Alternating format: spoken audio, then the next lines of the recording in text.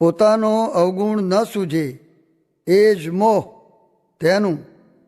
સ્વામિનારાયણ હરે. સંવત 1880 વૈશાખ સુધી પંચમીને દિવસ સ્વામી શ્રી સહજાનંદજી મહારાજ શ્રી ગઢડા મધ્યે દાદા ખાચરના દરબારમાં પોતાને ઉતારે ગાદી તકિયા બિછવાવીને વિરાજમાન હતા ને સર્વ શ્વેત વસ્ત્ર ધારણ કર્યા હતા ને પોતાના મુખારવિંદની આગળ મુનિ તથા દેશ દેશના હરિભક્તની સભા ભરાઈને બેઠી હતી. પછી શ્રીજી મહારાજ બોલ્યા છે, શાસ્ત્રને વિશે જે મોહ કયો છે તે મોહનું એ રૂપ છે જી. જ્યારે હૃદયને વિશે મોહ વ્યાપે ત્યારે એ જીવને પોતાનો અવગુણ તો સૂઝે જ નહીં. માટે પોતાનો અવગુણ ન સૂઝે એ જ મોહનું રૂપ છે. અને વળી જીવ માત્રને પોતાના ડાપણનું અતિશય માન હોય, પણ એમ વિચારે નહીં જે મને મારા જીવની ખબર નથી જે આ શરીરમાં જીવ રહ્યો છે તે કારો છે કે ગોરો છે, કે લાંબો છે કે ટૂંકો છે, એની કાંઈ ખબર નથી. તો પણ મોટા પુરુષ હોય અથવા ભગવાન હોય તેને વિશે પણ ખોટ કાઢે અને એમ સમજે છે આ મોટા પુરુષ છે અથવા ભગવાન છે, પણ આટલું ઠીક કરતા નથી એમ ખોટ કાઢે.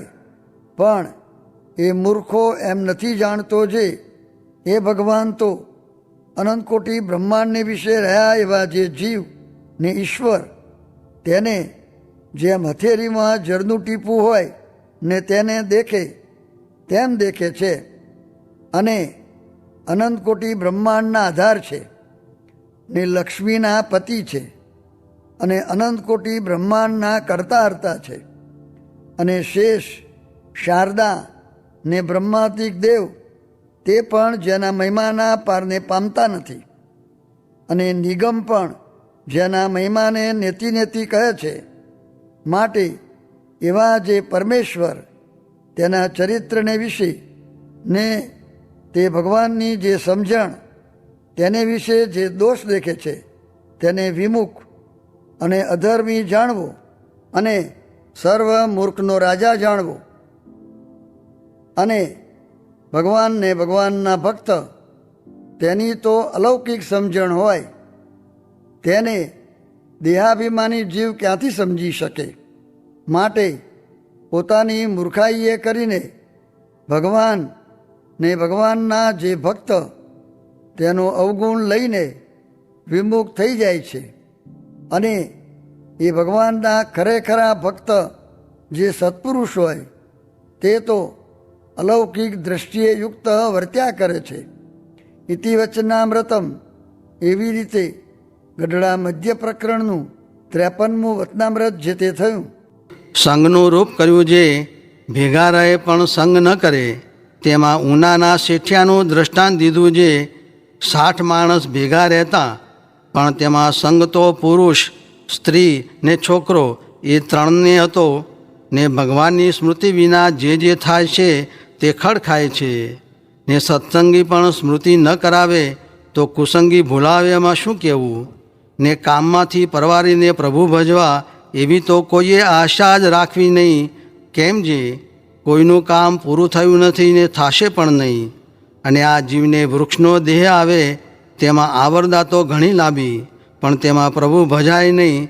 ને પશુ પક્ષી આદિકના દેહ આવે તેમાં પણ ન ભજાય, ને મનુષ્ય દેહમાં ભજાય તેમાં પણ મોટે ઠેકાણે ન ભજાય. ને ખાવા ન મળે તો પણ ન ભજાય, ને રોગ થાય તો પણ ન ભજાય ઇત્યાદિક વિઘ્ન છે. અને આ તો સર્વ વાતે સાનુકૂળ છે, ને તેમાં પણ પ્રભુ નહીં ભજે તો પછી કિયે દાડે ભજાશે. સ્વામિનારાયણ સ્વામીએ વાત કરી જે જીવ કર્મવસ્તીને દુઃખ સહન કરે એમ પોતાના કલ્યાણને અર્થે ન કરે. તે જો વીંછી કરડ્યો હોય તો આખી રાત જાગે, એ અનુસારે ઘણી વાતું છે.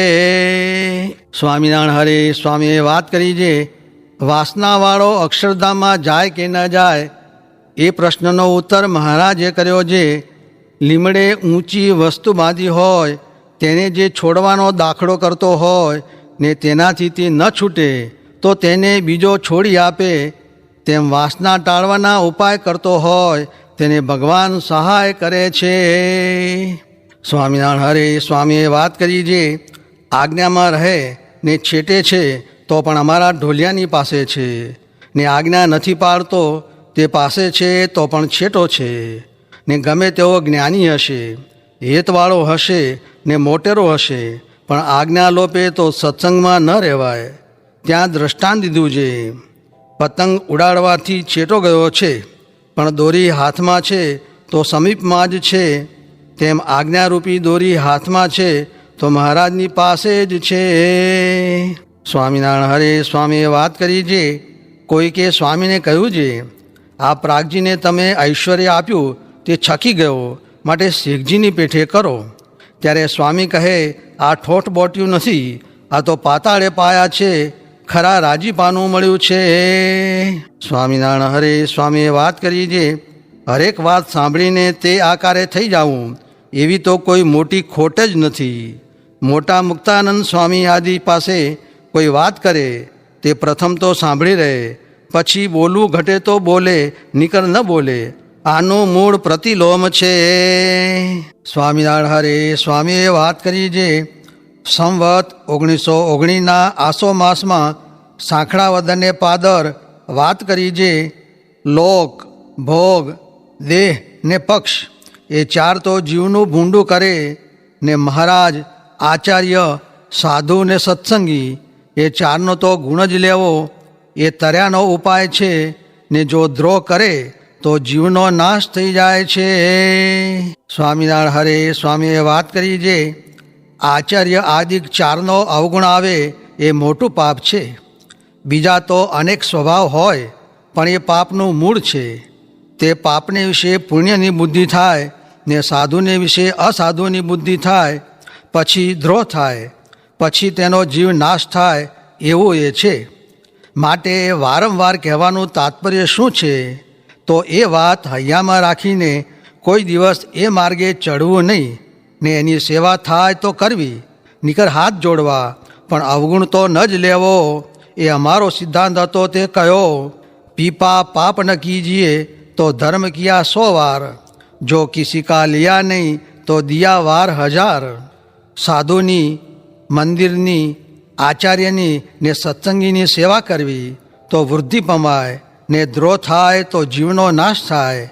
તે સેવા તે શું, તો ભક્ત્યા અનુવૃત્ત્યા, અનુવૃત્તિ એ જ સેવા છે, માટે તે પ્રમાણે રહેવું.